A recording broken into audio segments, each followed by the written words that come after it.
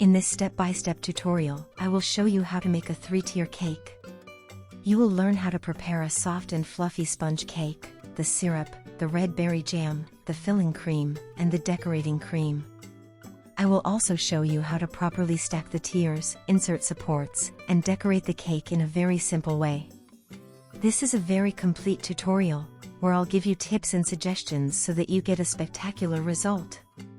If you're a beginner, this tutorial will be a big help. I invite you to stay with me and learn how to make this beautiful cake. Don't forget to subscribe to my channel, leave a comment telling me where you're watching from, and share this recipe with your friends on social media. That way, you'll be helping more people learn thanks to my work and tutorials, and you'll also be supporting the growth of my channel. Thank you so much for your support. Step 1. Let's start preparing the sponge cakes. I crack 11 medium eggs, which equals approximately 500 grams, 1.1 pounds, per recipe. I also use 300 grams, 1.5 cups, of white sugar, 300 grams, 2.5 cups, of all-purpose flour, and 50 grams, 3.5 tablespoons, of sunflower oil. We will not use baking powder. Although I have many sponge cake recipes on my channels, in this tutorial I'll show you a recipe based on weight, not the number of eggs, and I'll explain why. I use a little more than 500 grams, 1.1 pounds, of eggs per recipe, which equals approximately 11 eggs per bowl. Depending on the size of the eggs, if I told you the amount by number, you might end up using less than needed, so I prefer to weigh them, and that way you can see how many you need. I turn on the mixers with the eggs and sugar on medium-high speed, beating for 9 minutes. If you're using a handheld mixer, you should beat for 10 to 11 minutes on high speed. Then lower the speed and add 50 grams, 3.5 tablespoons, of oil to each bowl.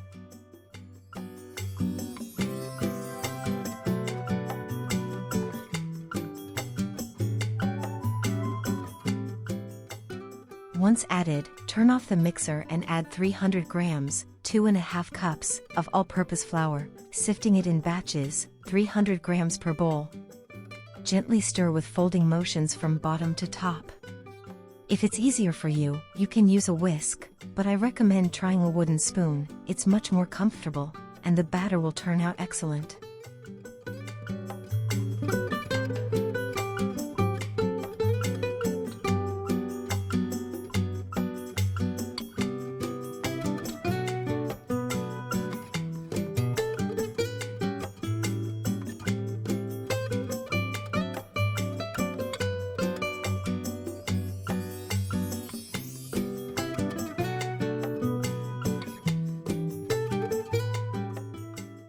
My oven is already preheated to 160 degrees Celsius, 320 degrees Fahrenheit.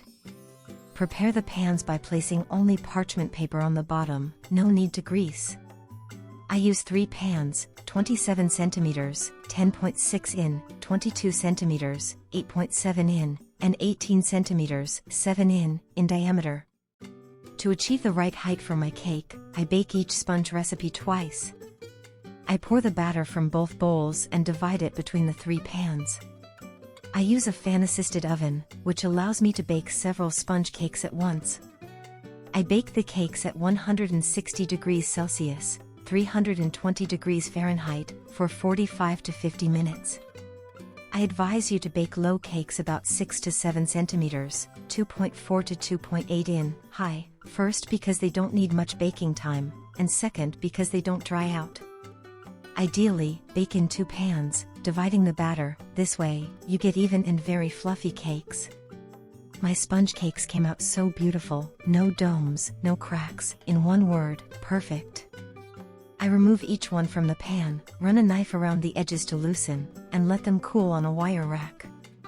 If you use a conventional oven, you'll only be able to bake 1 row of pans, meaning 1 large pan or several small ones depending on the available space, in a single row.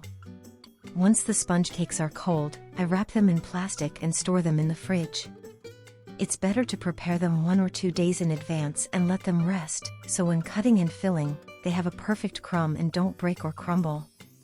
We'll also prepare the red berry jam and syrup at least a day in advance. For the red berry jam, I'll use 300-gram, 10.6 ounces, bags of frozen berries. I place them in a wide saucepan, add 1 cup of sugar and 1 cup of water, and let it boil for 20 minutes.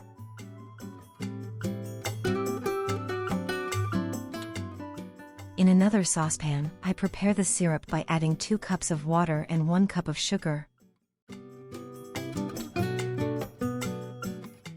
I also add a generous tablespoon of vanilla extract, let it boil, and it's ready. I recommend preparing everything in advance so you can work more comfortably, without stress or rush. Now I take the sponge cakes out of the bags.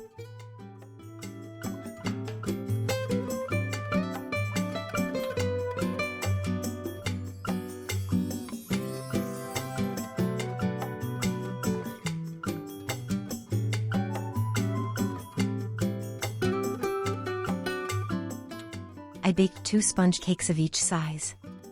To cut them, I use a special tool, but if you don't have one, you can use a long serrated knife. Cut the layers to the thickness you prefer. In my case, I cut each slice to 2 centimeters, 0.8 in, thick. For each tier of the cake, I will use 5 sponge layers.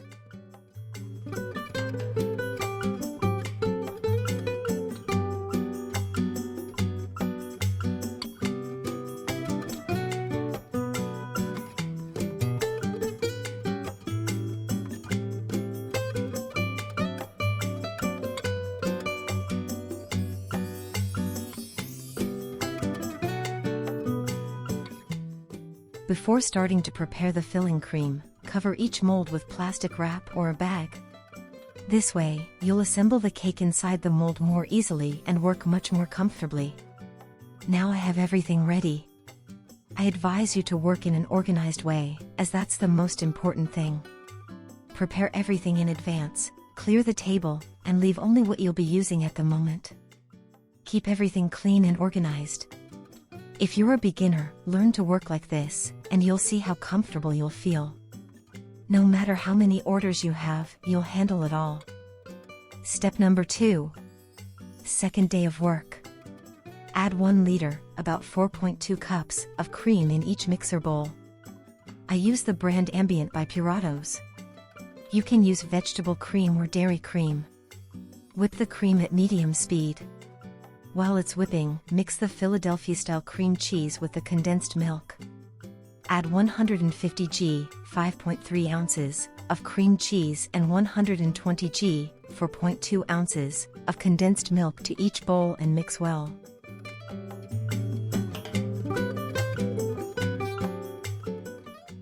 Prepare the berry and Oreo creams once the cream is firm.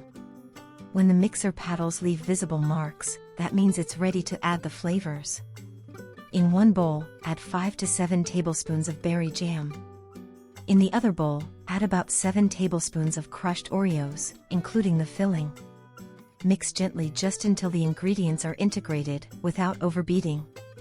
Look at this cream, that texture, friends.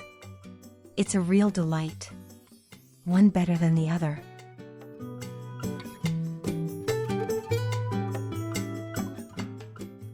Now I will begin layering sponge cake, syrup, cream. I will also add a few extra tablespoons of jam so the sponge cakes acquire a delicious flavor. You can do it your way, use fewer but thicker sponge cake layers, or reduce the amount of cream per layer, that's up to you. I'm just showing you one of my ways of working. It's easy and economical.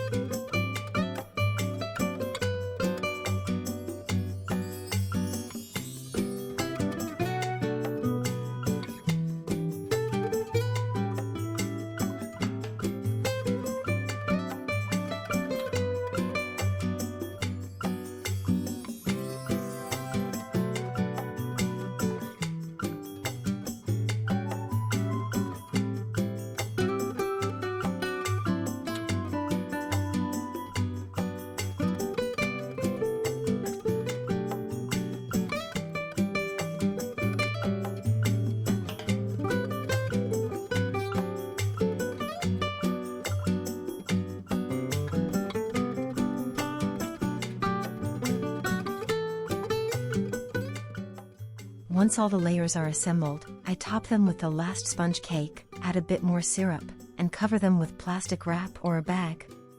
I place the molds in the refrigerator for at least 3 hours or preferably overnight.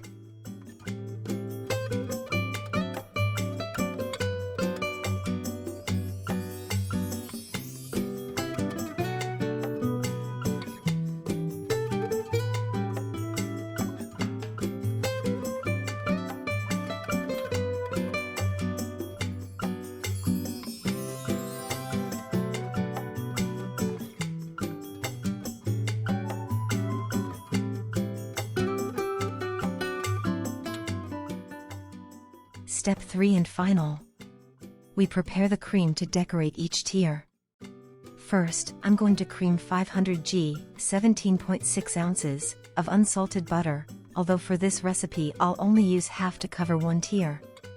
The butter should be at room temperature, soft like a pomade. It needs a long beat at medium-high speed for 15 minutes until it whitens and doubles in volume.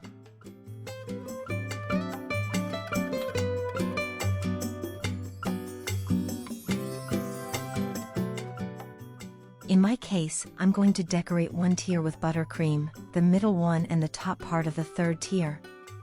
The other 2 tiers I'll decorate with cream and pink rosettes. After 15 minutes of beating, I add 300 g, 10.6 ounces, of condensed milk in a thin stream and continue beating for 2 more minutes.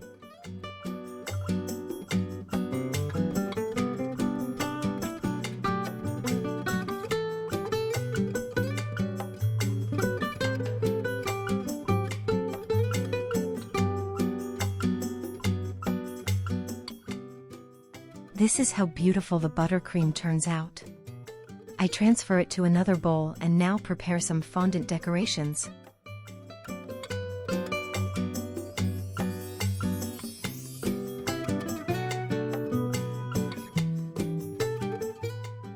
I heat a piece of fondant for a few seconds in the microwave, knead it well, and fill a mold with an angel shape.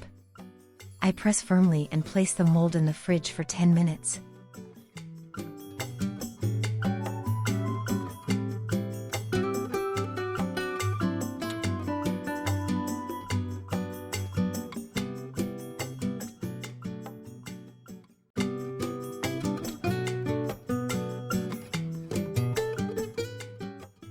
Separately, I prepare some small decorations and group them to form a sort of white cloud.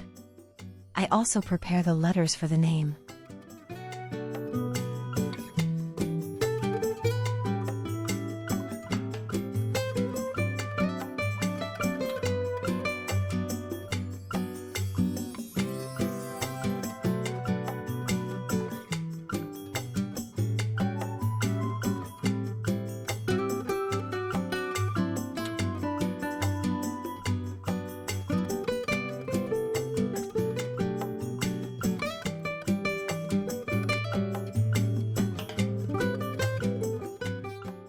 Then I prepare the main cake base, which is a 40 by 40 centimeters, about 16 by 16 in, board with a hole in the middle where I will insert the central rod that firmly supports the 3 tiers. Each base of the first 2 tiers has the same size hole.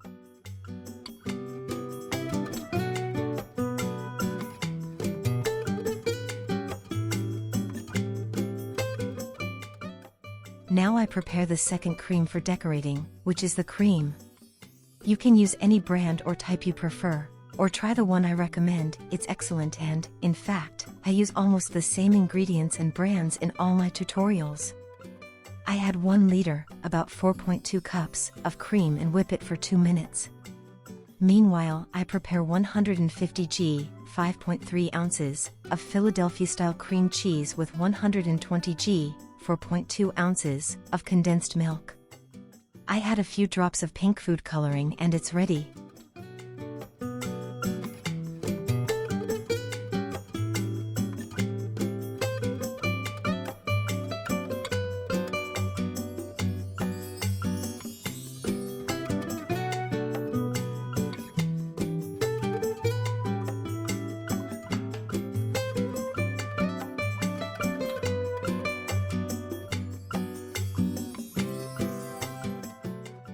Now we are at the final and most important step of our work, assembling the tiers and decorating. I set aside a couple of tablespoons of white cream that I'll use at the end for decoration, and to the rest of the cream I add 3 or 4 drops of pink gel food coloring. This is how the 2 creams look, firm and perfect for covering and decorating with piping tips. Here I'll show you a trick or give you a tip. I set aside several spoonfuls of cream to apply the first layer on each tier. I do it this way because the first layer usually has crumbs, and this way I avoid staining the cream or filling it with crumbs.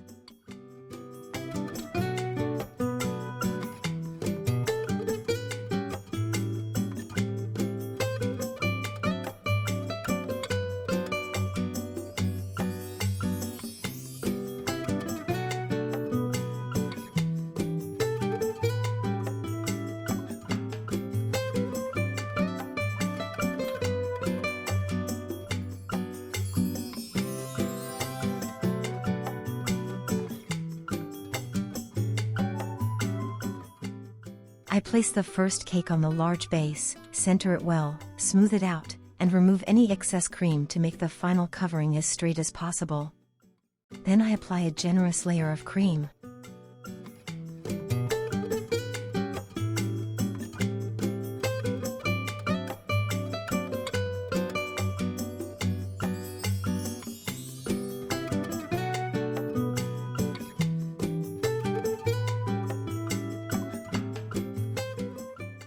I insert the central rod until I feel it goes through and fits into the hole of the base. This way I make sure my cake is very well secured. Now I'm going to cover the middle tier. I place it on the base that already has the hole, apply the first buttercream layer, the crumb coat, smooth it out a bit, and take it to the fridge to firm up.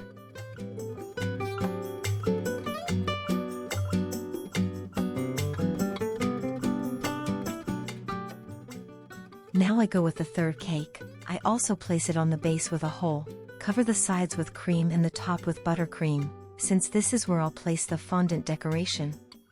This way the decoration stays perfectly in place without the risk of moving or softening from contact with the cream.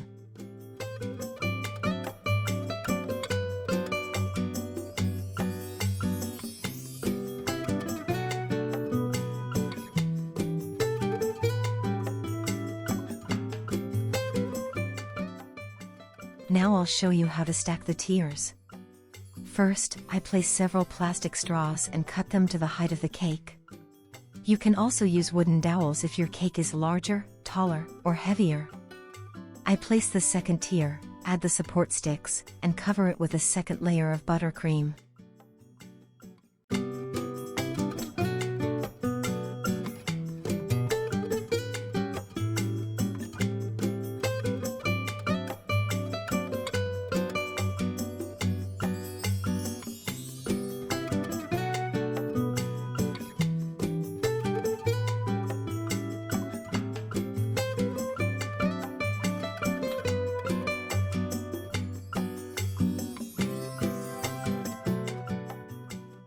Once the second level is smoothed out, I place the third cake and prepare the piping tips with the pastry bags.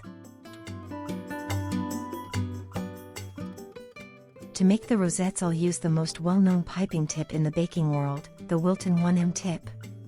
For the final design with the white cream, I'll use the 2D tip.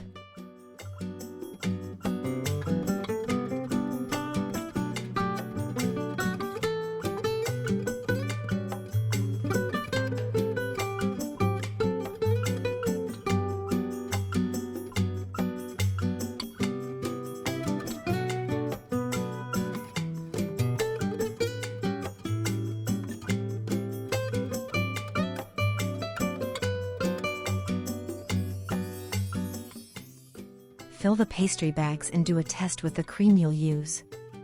This way you can check the texture and make sure it's just as firm as when you prepared it. Yes, indeed, it's perfect and ready to decorate.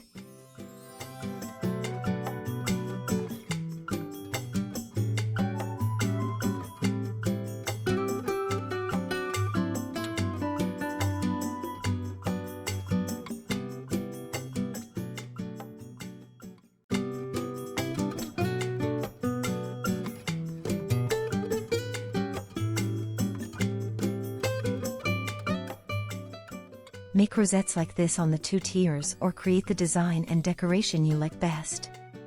I'm just giving you an idea and guiding you to achieve a 3-tier cake.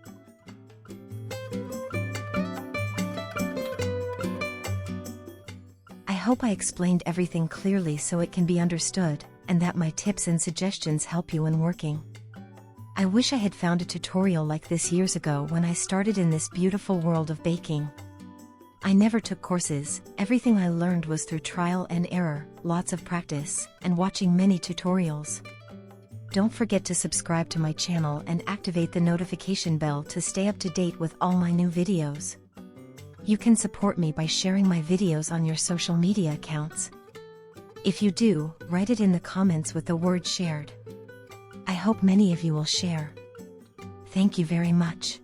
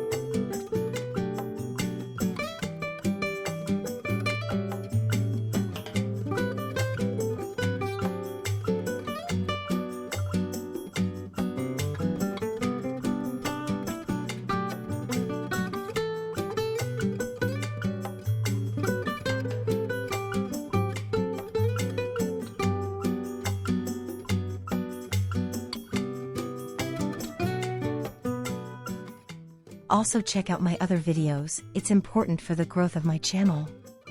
Now I'll unmold the little angels and brush them with a bit of shiny edible glitter. I place the decoration on the cake and do the final touch by piping dots with the 2D tip and the white cream, and the cake is ready.